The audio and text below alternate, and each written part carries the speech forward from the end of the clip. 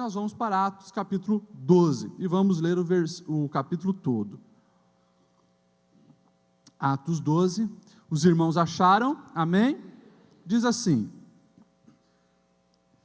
nessa ocasião, o rei Herodes prendeu alguns que pertenciam à igreja, com a intenção de maltratá-los, e mandou matar à espada Tiago, irmão de João. Vendo que isso agradava aos judeus, prosseguiu prendendo também Pedro, durante a festa dos pães sem fermento. Tendo-o prendido, lançou-o no cárcere, entregando para ser guardado por 4 escoltas, de 4 soldados cada uma.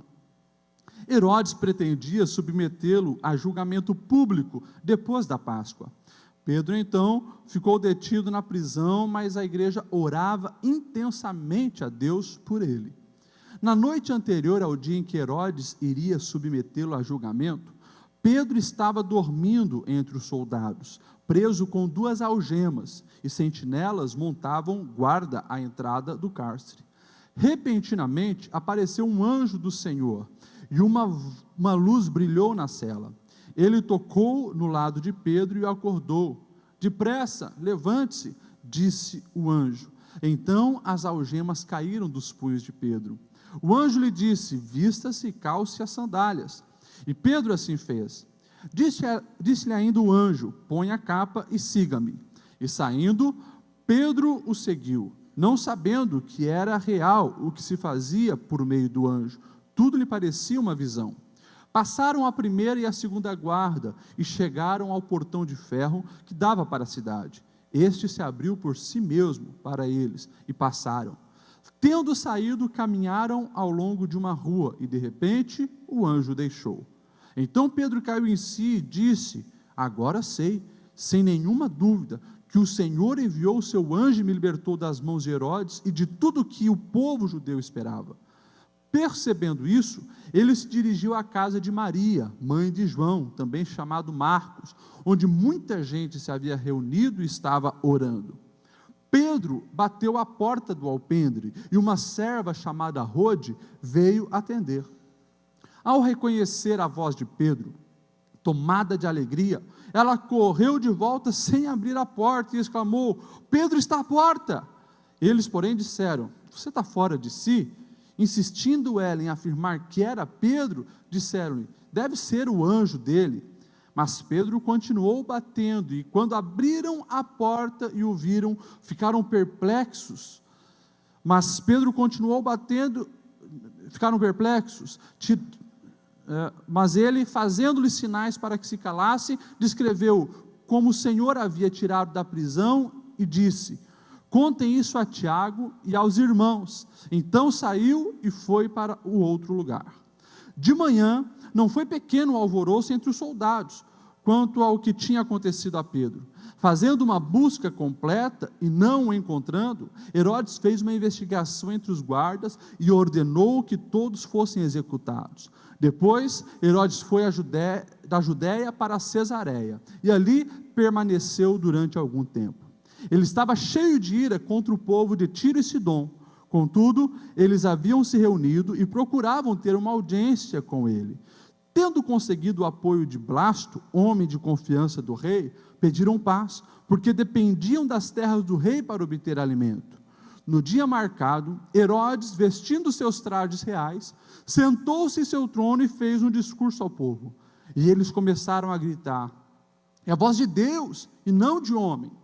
Visto que Herodes não glorificou a Deus, imediatamente um anjo do Senhor o feriu, e ele morreu comido por vermes. Entretanto, a palavra de Deus continuava a crescer e a espalhar-se.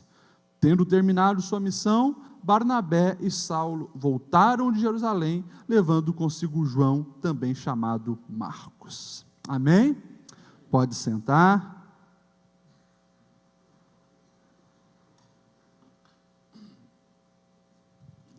Aleluia.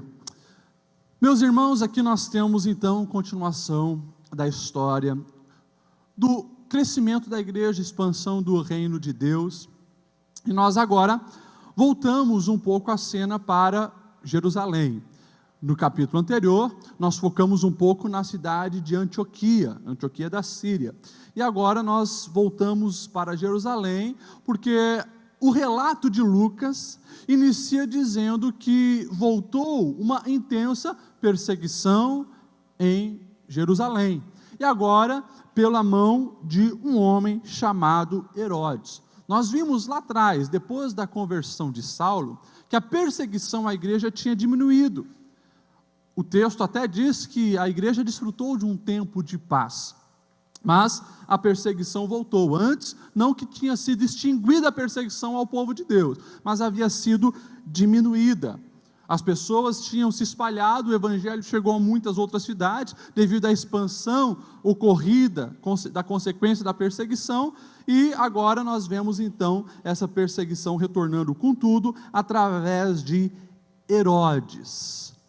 É importante, e aqui é um culto de ensino, nós vamos procurar esclarecer algumas coisas, é importante nós entendermos a figura de Herodes na Bíblia. Nós precisamos entender que, assim como César virou um título para os imperadores romanos, teve o grande que foi Júlio César, e depois esse título de César foi aderido, ocupado por muitos outros, que usavam o título de César, de nome passou a ser um título. A mesma coisa acontece também com Herodes. Nós vamos ver não apenas um Herodes na Bíblia, mas existe alguns Herodes.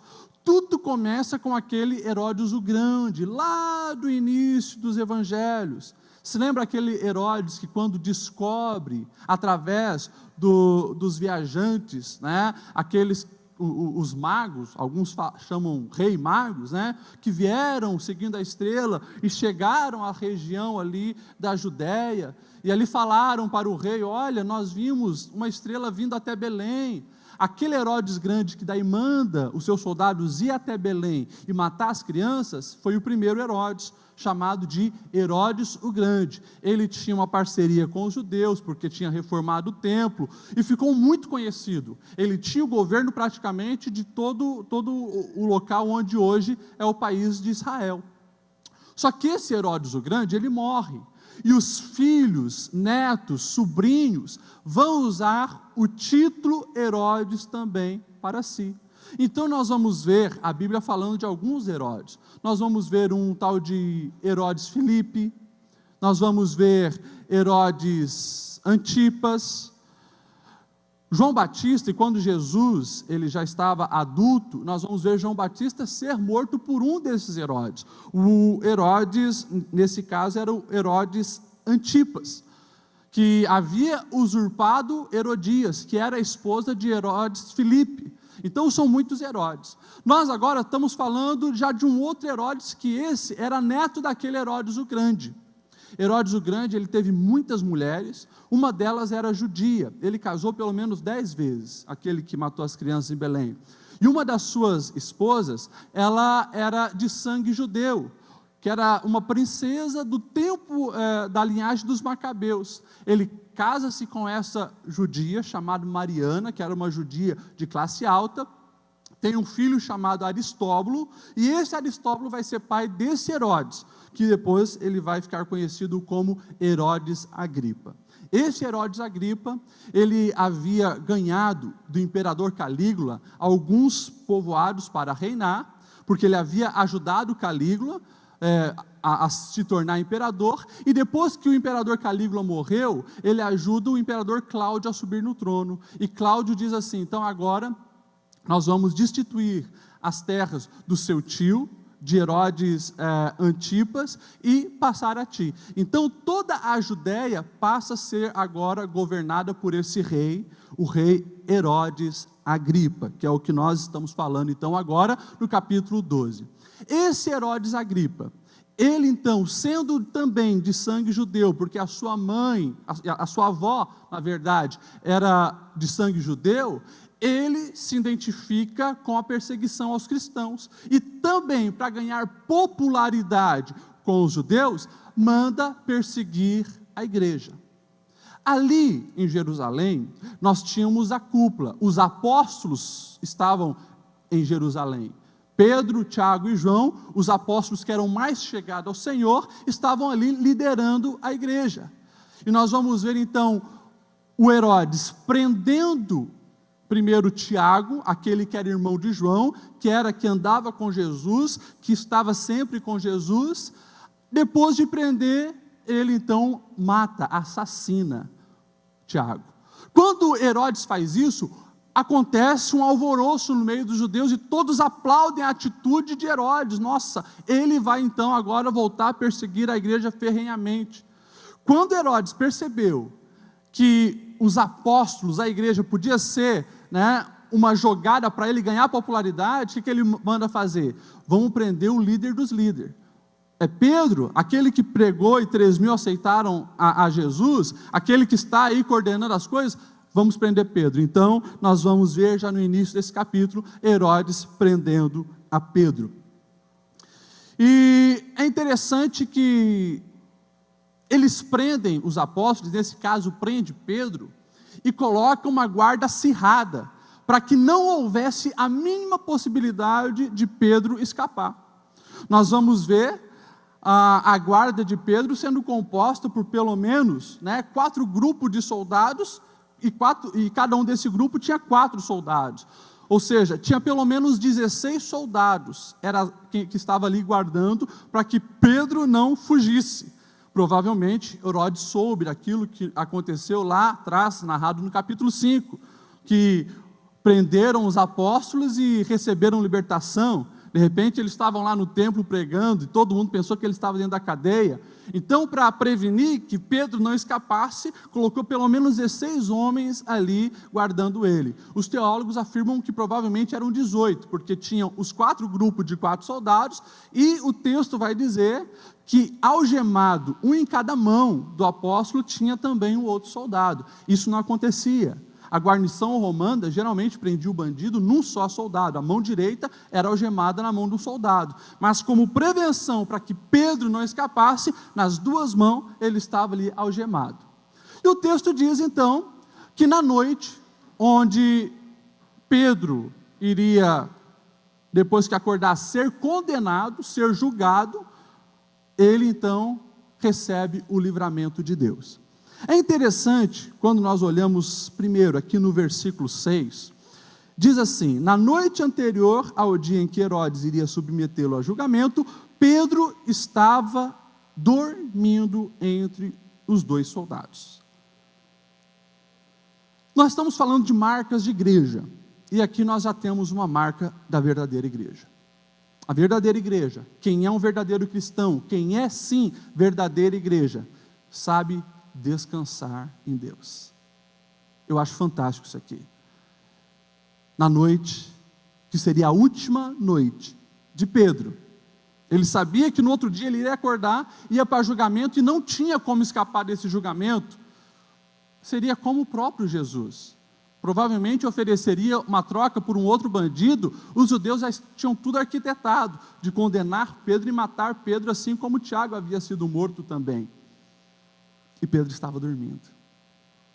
Você conseguiria dormir sabendo que no outro dia você morreria? Eu acho fantástico a segurança que um verdadeiro cristão ele tem em pertencer ao Senhor. Lá atrás, o salmista, no capítulo 4, verso 8, ele vai dizer: em paz me deito, logo adormeço, pois só tu, Senhor, me fazes viver em segurança. Isso aqui é evidência de uma confiança plena num Deus soberano, que não perde o controle, um Deus que cuida de nós, um Deus que está disposto a fazer milagres para nos socorrer, mas também acalma o nosso coração nos momentos onde a angústia chega, no momento onde nós estamos correndo o risco de vida. É um Deus que se faz presente.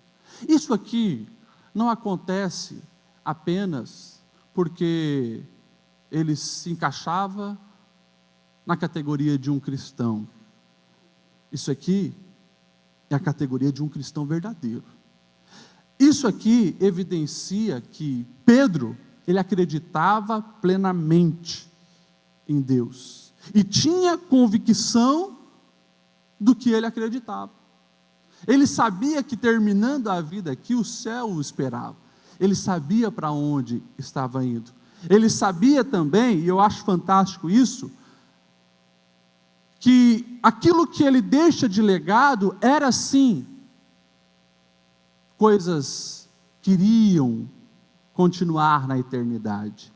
Convicção de que o que ele fez na vida era o que deveria ter feito. Eu acho fantástico isso.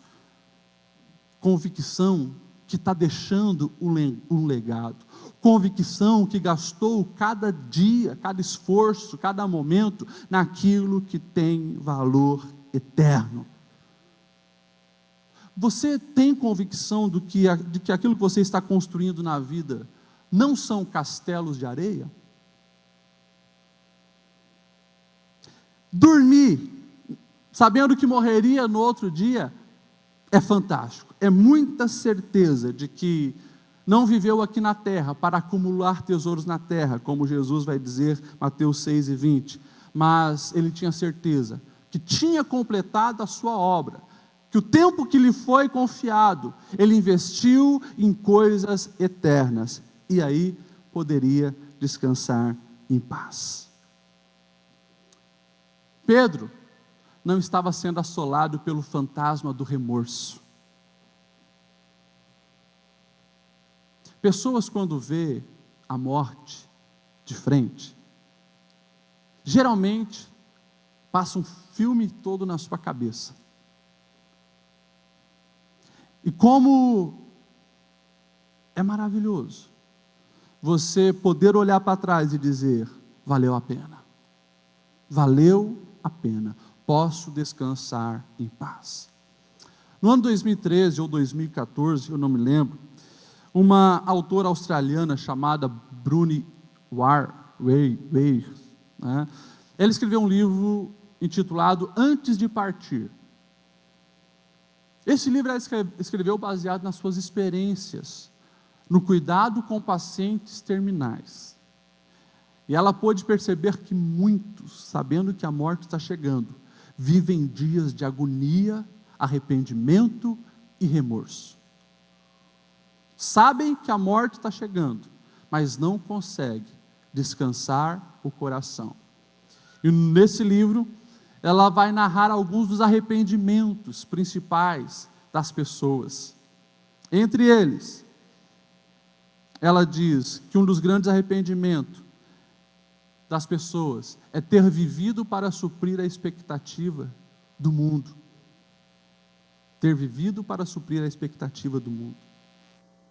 O outro arrependimento das pessoas é ter trabalhado mais do que o devido, mais do que o necessário, em coisas terrenas, que passam logo, que a traça corrói, que o ladrão rouba. Um outro arrependimento das pessoas é ter camuflado sentimentos, é ter falado pouco eu te amo, é ter abraçado pouco, é ter beijado pouco, é ter camuflado os seus sentimentos. Um outro arrependimento das pessoas é ter ficado pouco tempo com as pessoas com quem amava. A maior parte do tempo gastado na vida era cumprindo protocolos. Um outro arrependimento das pessoas, era não ter cuidado tanto das suas emoções, da sua alma, da sua fé, de si mesmo. Marca de uma verdadeira igreja é saber descansar no Senhor.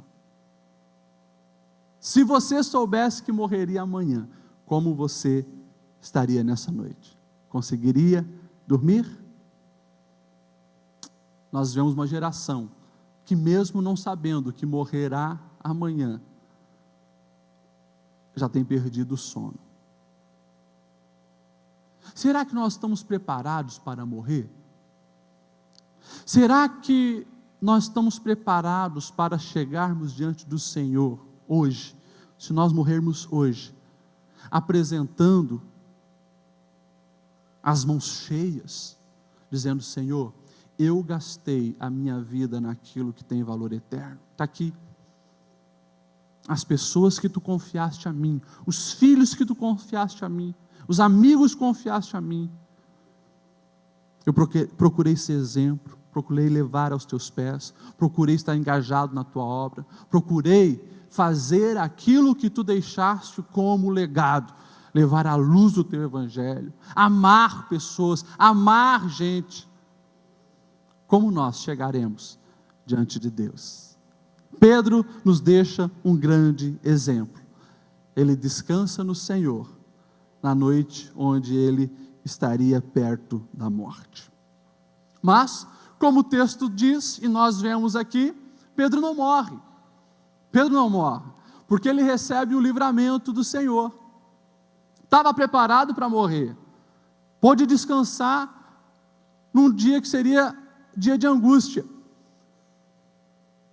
Recebe o livramento. E aqui nós vemos uma marca da verdadeira igreja também. A verdadeira igreja contempla o livramento do Senhor. Nós vamos ver o texto narrando a entrada de um anjo lá na prisão, extremamente protegida, extremamente vigiada, né? As 7 chaves. O anjo chega lá, e é interessante que esse milagre mostra de uma maneira fantástica a interação entre o divino e o humano, entre o sobrenatural e o natural. Deus poderia ter teletransportado Pedro assim, como fez com Filipe lá atrás, que nós conhecemos a história.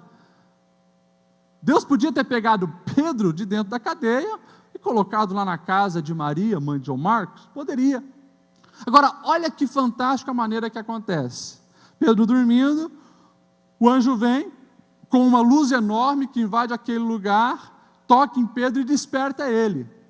Mas, ao mesmo tempo que Pedro está sendo despertado, o anjo faz o sobrenatural, que é anestesiar todos os guardas que estão ali. Pedro levanta, Pedro acorda, Pedro vê a luz, mas os outros guardas não vê. Pedro se levanta, então o anjo diz para ele: coloca a sua roupa, pega a sua capa, coloca a sandália. E Pedro interage com o anjo, coloca a capa, coloca a sandália. O anjo diz: vem, me siga. E eles vão passando pelos guardas, todos os guardas anestesiados, e Pedro caminhando ali. Quando eles chegam diante do portão de ferro que dava para a rua, o portão se abre sozinho, poder divino. Mas Pedro vai seguindo e ele sai até chegar na rua. Daqui a pouco eles andam, o anjo some e Pedro, que estava pensando, que estava sonhando, desperta lá fora, no meio da rua, livre de tudo, sem saber como tudo aquilo aconteceu, como que a algema saiu do braço, como que o portão se abriu, mas lá estava ele livre. Esse é um Deus que faz milagre. Esse é um Deus que proporciona livramento para os seus. E muitas vezes no milagre, Deus exige essa interação. Ele vai fazendo o sobrenatural. Pedro não podia e não conseguia se desamarrar das algemas. Pedro não conseguia abrir aquele portão sem a chave. O impossível Deus fez. O que o Pedro podia fazer? Podia se levantar, podia colocar a sandália, podia colocar a capa. Isso você pode? Faz, segue-me, e o milagre aconteceu. Muitas vezes é assim. No meio do milagre, o impossível vai acontecendo, mas o possível cabe a mim e a você. E Deus vai livrando, Deus vai fazendo o impossível acontecer. Essa cena, como eu falei, lá no capítulo 5 de Atos, ela já havia acontecido com todos os apóstolos. Estavam lá os 11 pregando, são presos, e de repente, durante a noite, eles são levados por um anjo para fora, e começam a pregar lá no templo.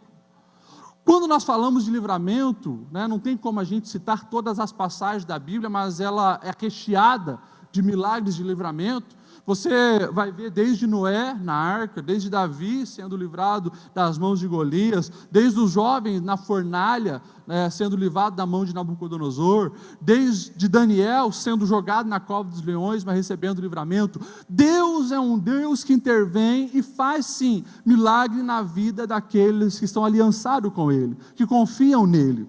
Agora, tem algo extremamente interessante, é uma pergunta que eu confesso não saber dizer o porquê. Já me fizeram essa pergunta e a resposta foi simplesmente, não sei. Não sei porque Tiago morreu e Pedro foi liberto. Fica evidente que há um tempo para todas as coisas. Fica evidente que Tiago também desfrutou desse milagre lá em Atos capítulo 5, mas na outra prisão, no outro encarceramento, morreu. Há um propósito que na nossa limitação humana não entendemos. E há um propósito sim, de Pedro ser liberto. O que nós precisamos entender é que ambos estavam prontos, se preciso for, morrer pelo nome de Cristo, e são heróis da fé. Quando nós olhamos lá para a lista dos heróis da fé, lá em Hebreus capítulo 11, eu acho fantástico, a partir do verso 33, Hebreus 11, a partir do verso 33, você vai ver o texto dizendo assim: pela fé, esses homens e mulheres conquistaram reinos, praticaram a justiça, alcançaram o cumprimento da promessa, fecharam boca de leões, apagaram o poder do fogo e escaparam ao fio da espada. Da fraqueza tiraram força, tornaram-se poderosos na batalha e puseram em fuga exércitos estrangeiros. Houve mulheres que pela ressurreição tiveram de volta os seus mortos. Olha só, fala até aqui, milagre extraordinário acontecendo. Esses são heróis da fé. Deus livrou essas pessoas, mas é interessante quando o escritor aos Hebreus vai colocar também na lista dos heróis da fé, aqueles que não receberam o livramento, mas permaneceram fiel ao Senhor até o fim. Uns foram torturados e recusaram ser libertados, para poderem alcançar uma ressurreição superior. Outros enfrentaram zombaria e açoites. Outros ainda foram acorrentados e colocados na prisão, apedrejados, cerrados ao meio, posto à prova, mortos ao fio da espada, andaram errantes, vestidos de pele de ovelhas e de cabras, necessitados, afligidos e maltratados. O mundo não era digno deles. Que loucura! Heróis da fé também. Pessoas que passaram por sofrimento, pessoas que foram torturados, passaram necessidades,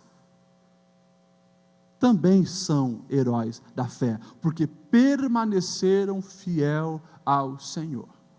Há um mistério aqui que eu não sei dizer, porque Pedro escapou, Tiago foi morto, mas Deus, que sabe de todas as coisas, e tem um tempo determinado para todas as coisas, guiou a vida dos dois. Quando nós olhamos para esse texto de Atos 12, alguns teólogos vão dizer o seguinte, que é bem provável que a intercessão da igreja fez a diferença. Acredito também nisso, nós sabemos do poder da oração e o poder da intercessão. E essa também é uma marca da igreja que a gente pode até citar aqui. Alguns teólogos vão dizer, é bem provável que a igreja estava desfrutando de um tempo de paz, e quando Tiago foi preso, logo ele foi morto. Isso fez com que a igreja despertasse para clamar. Isso fez com que a igreja despertasse para buscar a presença de Deus em favor dos seus líderes.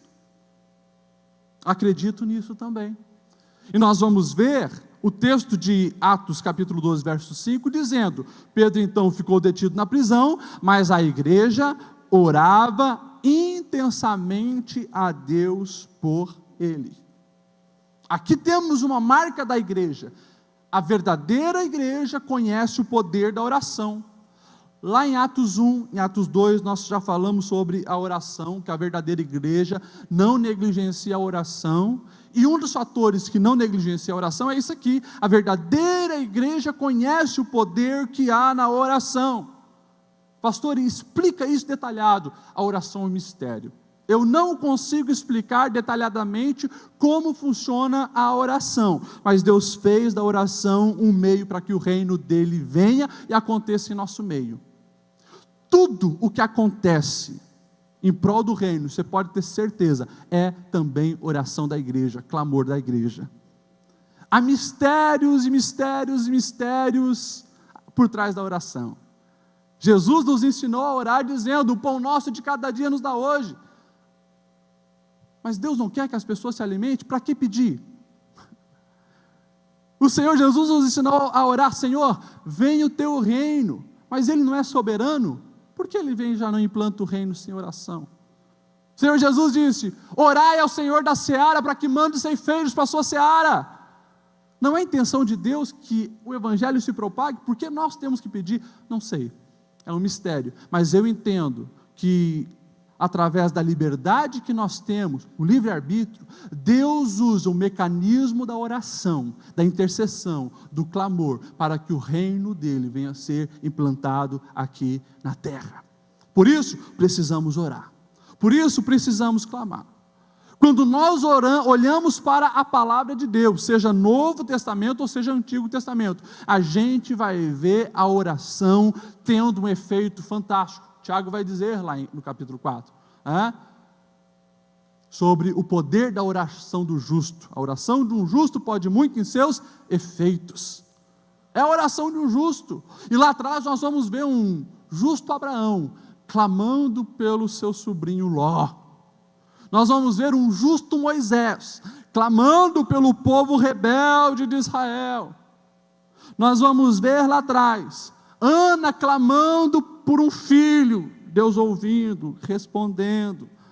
Nós vamos ver Samuel clamando pelo povo, e Samuel é aquele que deixa registrado uma frase que até hoje pega muito pesado com cada um de nós.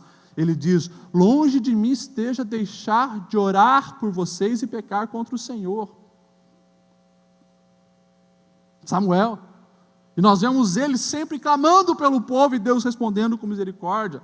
Nós vamos ver um Jabes, que o próprio nome já diz dor, condenado a ser um ninguém, clamando ao Senhor, e o texto diz: e Deus ouviu a oração de Jabes e fez dele mais ilustre do que os seus irmãos. Não sei o mistério que tem na oração, eu sei o seguinte: quando nós oramos com fé, Deus responde, milagres acontecem, Ele intervém. Naquele momento que Pedro estava preso, a igreja não tinha muitos recursos a que recorrer. A igreja não tinha como: vamos sair então fazer uma marcha pelas ruas de Jerusalém, com cartazes, com banners, dizendo: libertem Pedro, libertem Pedro. Provavelmente eles também seriam perseguidos e apedrejados, porque estavam debaixo agora de um reinado tirano, que era o rei Herodes, e os judeus tinham toda a cobertura para destruir a igreja se quisesse. Eles não podiam fazer como Paulo vai usar um outro recurso lá na frente, que é apelar a César, e daí ser levado a Roma, mas era cidadão romano, não era apenas um judeu. A igreja estava sem recurso humano nenhum, mas olhando para a limitação deles, eles falaram: nós temos uma arma, que é fantástica, a arma da oração. E eles oram. É interessante o termo que Lucas vai registrar, para a palavra que oravam intensamente. Ektenos, no grego é a palavra para intensamente, que na minha versão fala intensamente. Está dizendo o quê? Eles oravam incessantemente, eles oravam sem parar, clamando pela vida de Pedro, para que o Senhor viesse libertá-lo. E aqui tem mais um mistério, sobre a oração intercessora ser uma oração realmente de coração, uma oração incessante, orar sem parar. É aquilo que Jesus vai dizer: ei, se vocês realmente baterem e persistirem, Deus responde. Jesus conta pelo menos 2 parábolas, para falar sobre a importância de persistir na oração. Jesus vai dizer do amigo importuno, aquele que recebe visitas na sua casa e não tem pão. O que ele faz? Vai para o vizinho: ei, por favor, acorda, eu preciso de um pão porque tem visitante na minha casa. E o vizinho diz: não, já estou deitado com os meus filhos, vai embora, eu não tenho. E Jesus vai dizer: olha, se ele não abrir pela amizade, por ser vizinho, por ser parceiro, por ter batido bola junto aquele dia, ele vai abrir pela importunação, pela insistência. E depois Jesus vai contar a parábola também da viúva e do juiz. A viúva que pedia que o juiz fizesse justiça por ela, Mas o que um juiz ia dar bola para uma viúva, né, pobre, sem reputação nenhuma, uma ninguém na sociedade? Mas Jesus disse que aquela viúva era insistente, todo dia gritando atrás do juiz, até que o juiz falou: olha, eu não vou fazer porque ela é uma viúva, não é ninguém, mas essa mulher está sendo tão chata que eu vou responder a ela. E Jesus diz: olha, se um juiz mau, devido à persistência daquela mulher, respondeu, você acha que o Pai também, se vocês persistirem em oração, não vos responderá? A igreja que estava reunida na casa da Dona Maria, estava lá ocupando o tempo na oração, buscando a direção de Deus. Marca de uma igreja verdadeira, sabe do poder da oração, e daí quando se reúne, sabe aproveitar o tempo. Quando se reúne, é para fazer coisas relevantes. Não foram para a casa da Dona Maria para fofocar, não foram para a casa da Dona Maria para murmurar, para reclamar da vida, para falar da vizinha, falar do fulano, falar mal do pastor, falar mal de... Não, se reuniram para fazer coisas significativas, que poderia mudar a situação.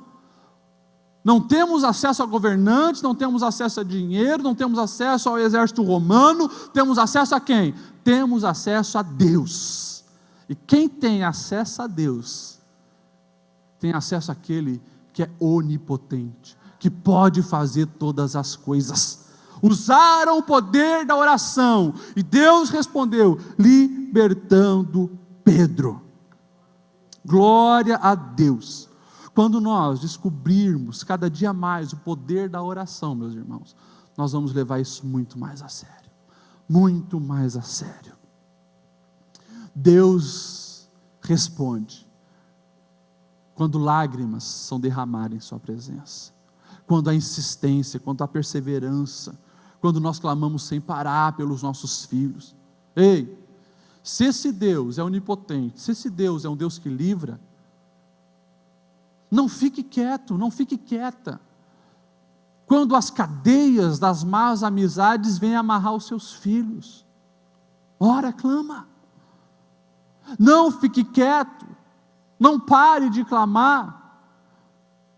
Quando coisas ruins acontecem no seu trabalho, quando há perseguição na sua família, quando o amor dentro do lar parece esfriar, quando crises financeiras chegam, não pare de clamar. Orar é ter acesso a Deus, e quando somos perseverantes, Deus ouve, responde, e milagres acontecem. Há uma ligação fantástica entre joelhos dobrados e o braço do Senhor fazendo milagre. Quando nós dobramos os nossos joelhos aqui, milagres acontecem. Não seja incrédulo, seja crente, ore, busque a presença de Deus, e você sim, vai desfrutar de livramentos e vai conhecer o poder que há na oração. Uma outra marca da igreja, vou acelerar porque tem mais duas aqui para falar, pelo menos mais duas marcas da igreja nesse capítulo. Uma delas é que a verdadeira igreja tem Deus como a sua justiça, tem Deus como seu justiceiro, como aquele que faz justiça. Herodes estava lá, perseguindo a igreja, prendeu e matou Tiago, prendeu Pedro com a intenção de matá-lo também. Como é que eu sei que ele queria matá-lo? Fica evidente na consequência que os soldados têm. No outro dia de manhã, quando chamam para Pedro ser levado para lá, Pedro não está preso, Herodes fica tão indignado, e a lei romana dizia, que a punição que o prisioneiro receberia, os soldados que deixaram escapar agora recebem. Todos os soldados foram mortos, os 16 ou os 18 foram mortos, porque Pedro tinha sido liberto.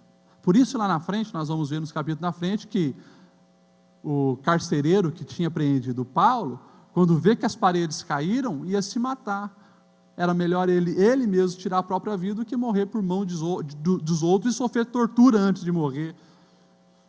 Porque a punição que o prisioneiro receberia, ele recebe. Então, os soldados foram mortos.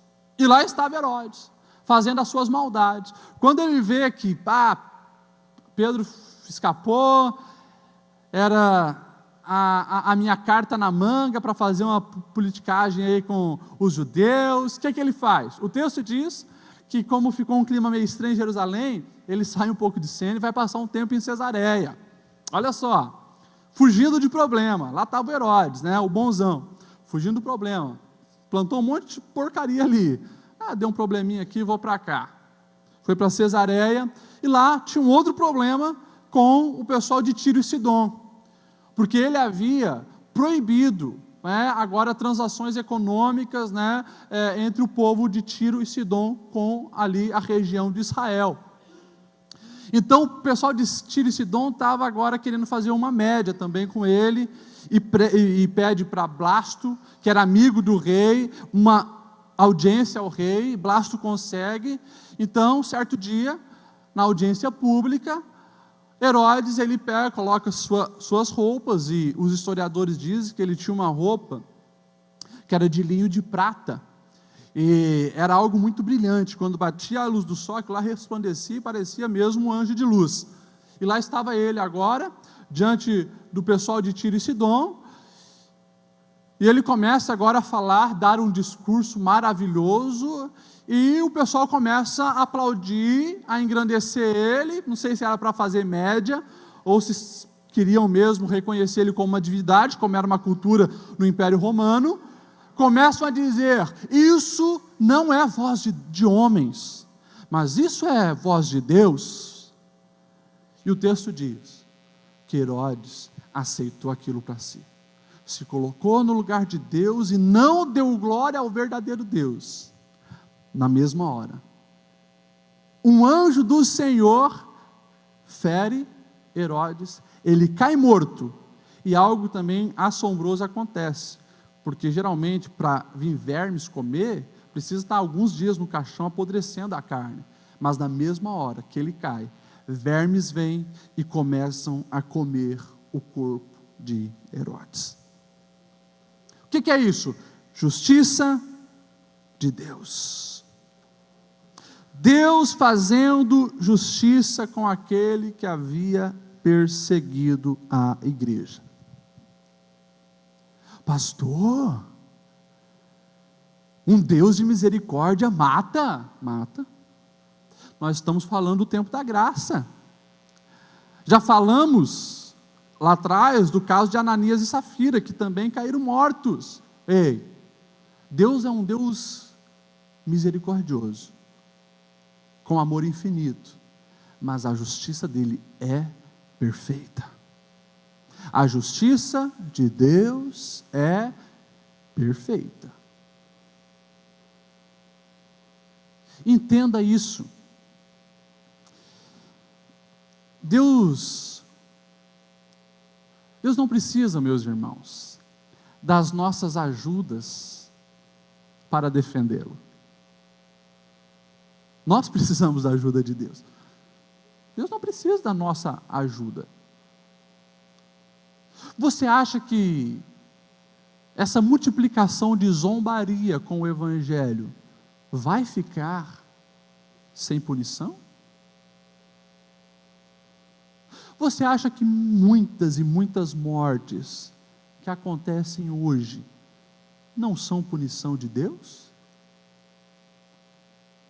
Você acha que esse pessoal que faz videozinho com esse canal do inferno chamado Portas do Fundo, que zombam o tempo todo do Senhor, você acha que isso vai ficar sem punição? Vai chegar um tempo onde tudo o que se plantou, colherão.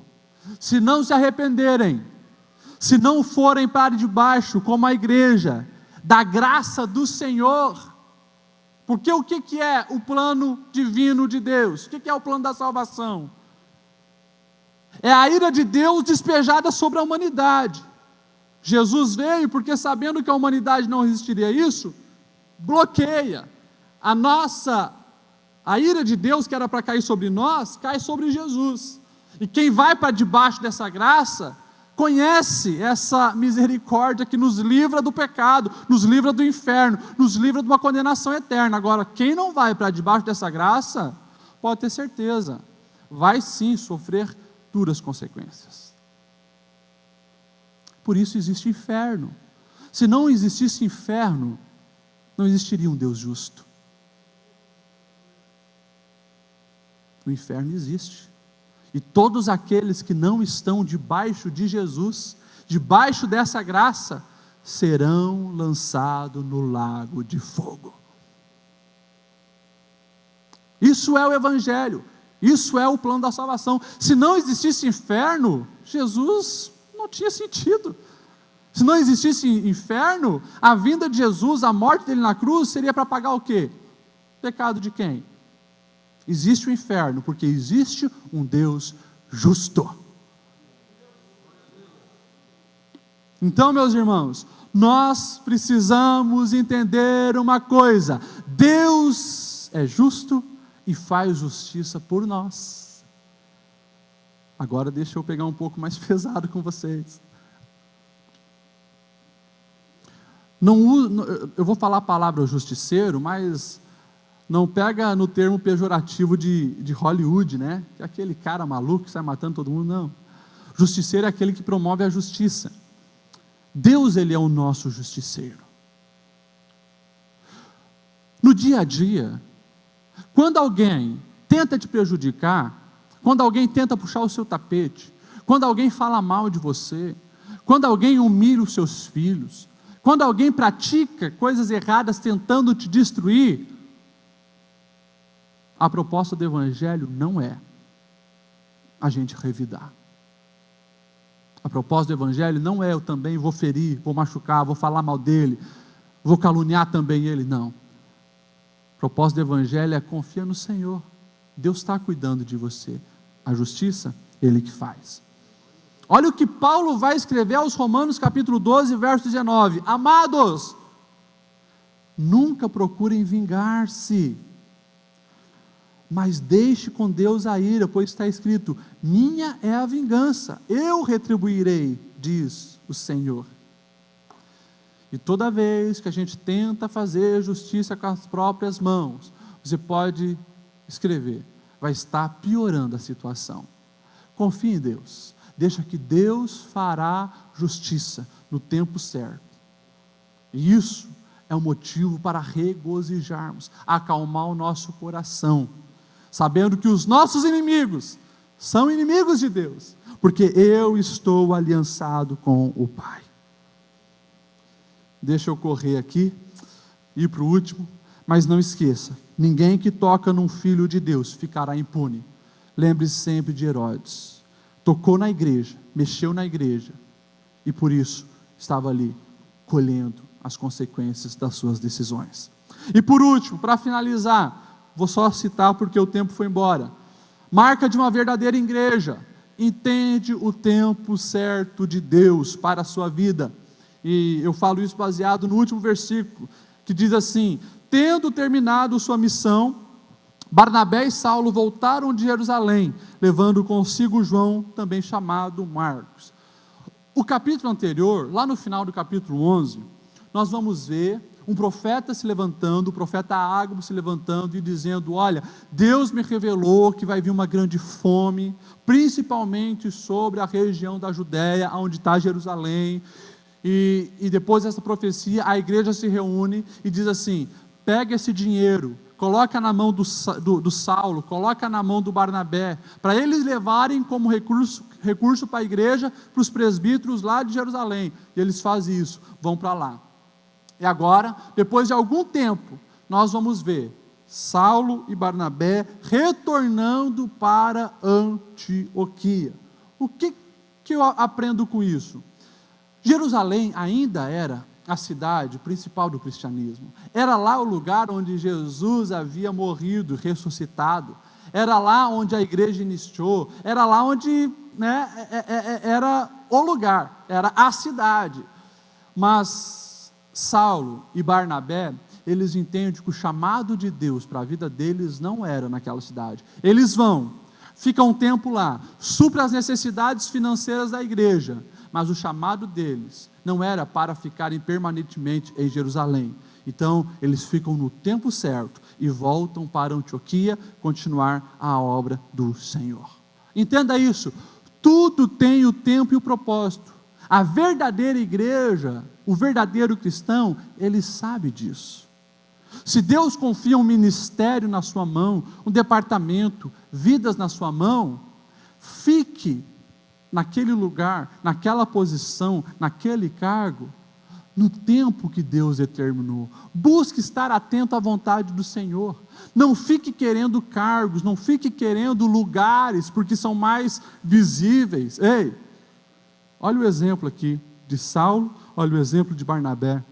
Esteja no tempo do Senhor, esteja no propósito do Senhor, esteja no centro da vontade do Senhor. Esse é o melhor lugar para você. É aquilo que eu já citei para os irmãos, a frase do Ashbel Green Simonton, que foi o fundador do presbiterianismo no Brasil. Quando a sua família soube que ele tinha um chamado para o Brasil, a família disse: não vá, meu filho, porque o Brasil é muito perigoso. Não vá. E ele vira para a sua família e diz: o lugar mais seguro do mundo é no centro da vontade do Senhor, independente de estar cercado por perigos. E o lugar mais perigoso do mundo é fora da vontade do Senhor, por mais que esteja cercado por seguranças. Que nós venhamos entender isso, e procurar estar no centro da vontade do Senhor, e no tempo do Senhor para as nossas vidas, para desfrutarmos da sua bênção. Para concluir, eu acho maravilhoso esse capítulo, porque quando nós começamos a ler esse capítulo, no início do capítulo tem os inimigos de Deus, um Herodes no trono, perseguindo a igreja, encarcerando os seus apóstolos. Quem não chega até o final do capítulo pode pensar: nossa, será que Deus está perdendo as batalhas dele? Mas quando nós chegamos no final do capítulo, Herodes está morto, a palavra expandindo, o reino de Deus sendo propagado, e nós vemos que ninguém pode contra o nosso Deus. Passaram-se reinos, passaram impérios, passaram exércitos, tudo passou. A palavra de Deus permanece, a igreja permanece, porque nós estamos alicerçados em Deus. Faça isso com a sua vida e você será abençoado. Amém? Vamos nesse momento se colocar em pé. E eu quero que você dê a mão aí para quem está do seu lado. E nós vamos orar. Hoje nós não vamos ter o nosso momento de joelho, nós vamos orar, depois vou dar os avisos. Feche os seus olhos e vamos clamar ao Senhor. Deus, obrigado pela Tua palavra. Obrigado, Senhor, pelo que aprendemos hoje em Atos capítulo 12. E poder contemplar a Tua soberania, poder contemplar que Tu és um Deus que está no controle. Obrigado, Senhor, por poder ver marcas da verdadeira igreja, por poder ver, Senhor, que o verdadeiro cristão consegue descansar em Ti, que não tem medo da morte, não tem medo das perseguições, porque sabe que Tu estás no controle de todas as coisas. Nos ensina, Senhor, a descansar em Ti. Deus, que a Tua igreja hoje venha entender o poder da oração e clamar a Ti, buscar a Tua presença, e assim também evidenciar os livramentos que Tens para nós, livramento sobre nossa casa, sobre o nosso trabalho, sobre nossa família. Deus, que nós venhamos entender isso, que nós venhamos também, Senhor, poder enxergar que Tu és um Deus que faz justiça, és um Deus, Senhor, que uma hora irá colocar na balança, Senhor, todas as coisas que o ser humano faz, que nós teremos que dar conta perante Ti, Senhor, de tudo que fazemos, falamos, praticamos, que nós venhamos também confiar, Senhor, a justiça a Ti, e não querer fazer justiça com as nossas próprias mãos. Deus, que o nosso coração venha descansar em Ti, e saber que Tu és plenamente justo, que nós venhamos também, Senhor, viver de uma maneira digna, entendendo que Tu tens propósitos muito bem definidos para cada um de nós, que possamos ter discernimento para não sair da Tua presença, que venhamos, Senhor, saber que Tu tem tempo certo para todas as coisas, e que nosso coração possa, Senhor, estar dentro do Teu tempo para as nossas vidas. Venha direcionar a Tua igreja, Senhor. Tu és o nosso Deus, nós confiamos plenamente em Ti, e oramos pedindo, Senhor, que essas marcas se encontrem também na nossa vida. Pedimos isso em nome de Jesus. Amém e amém.